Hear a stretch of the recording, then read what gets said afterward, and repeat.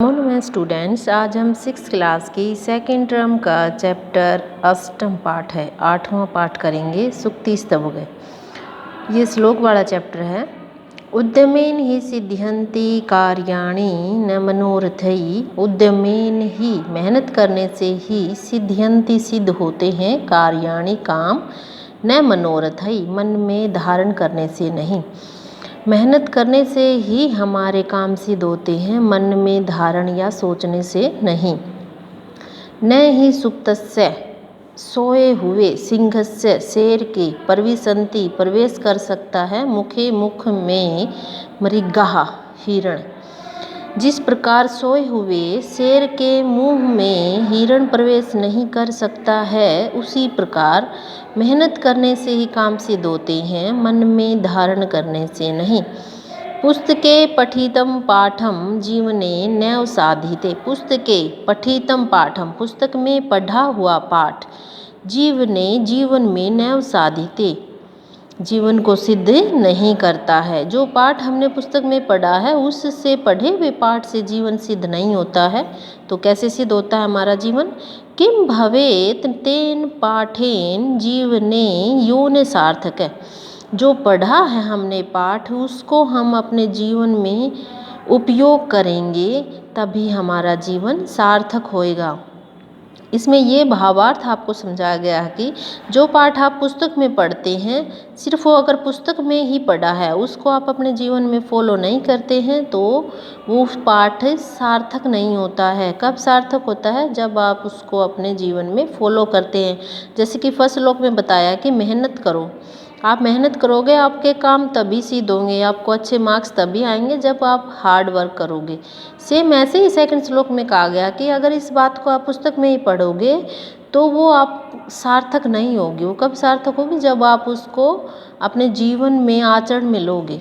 चलो नेक्स्ट श्लोक करते हैं। प्रिय वाक्य प्रदानेन सर्वे तुष्यन्ति मानवा। प्रिय, मीठे, वाक्य, वचन, प्रदानेन, बोलने से, सर्वे, सभी, तुष्यन्ति, खुश होते हैं, मानवा, मनुष्य। मीठे वाक्य बोलने पर ही सभी मनुष्य खुश होते हैं। तस्मात्, जिसके कारण, प्रियम ही वक्तव्यम, मीठा ही बोलना चाहिए। वचने कादरीदरता, मीठे वचन बोलने में कैसी करीबी।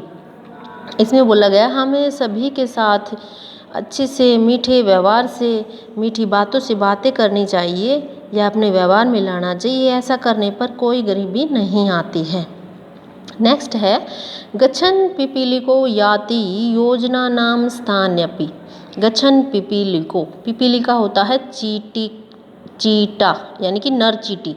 कहते कि नर चीटी चलते हुए, योजना नाम, 4 कोस, 4 कोस होता है 12 किलोमीटर का। स्थानपि, सैकड़ों योजन तक चलती है। यह कहता है कि जो चीटी चलती है, चलते हुए वो सैकड़ों कोसों तक चली जाती है। अगच्छन्, न चलते हुए, वैतेनपि, गरुड़ भी, पदम एकम, एक कदम भी, न गच्छति, नहीं चलता। ये कहता कि गरुड़ अगर एक जगह खड़ा है तो वह एक कदम भी नहीं चल पाता, और जो चीटी है वो धीरे धीरे चल रही है, चलते हुए वो सैकड़ों कोसों तक चली जाती है। इसीलिए हमें हमेशा गतिशील रहना चाहिए। इसका भावार्थ ये है। नेक्स्ट श्लोक है काके कृष्ण। काके होता है कौवा, कृष्ण काला, पिके कोयल, कृष्ण काली। कौवा भी काला होता है और कोयल भी काली होती है। इसमें ये बताया गया कि कौवे का रंग भी काला है और कोयल का रंग भी काला है। को भेद पिक काकियो। फिर कोयल और कौवे में क्या अंतर है? कलर तो दोनों का सेम है, फिर उनमें अंतर क्या है? अंतर कहाँ है? वो नेक्स्ट लाइन में बोला गया है। वसंत समय प्राप्ते, वसंत ऋतु आने पर, काके काके, कौवा कौवा होता है, पिके पिके, कोयल कोयल होती है। ये कहता है कि वसंत ऋतु जब आती है ना, तो कौवा तो अपनी कर्कश आवाज़ में काव काव बोलता है और कोयल अपनी मीठी आवाज़ में बोलती है। उसी आवाज़ के कारण हम उन दोनों को पहचान सकते हैं, दोनों में अंतर कर सकते हैं। इस वीडियो को आपको देखते हुए अपनी नोटबुक को कंप्लीट करना है।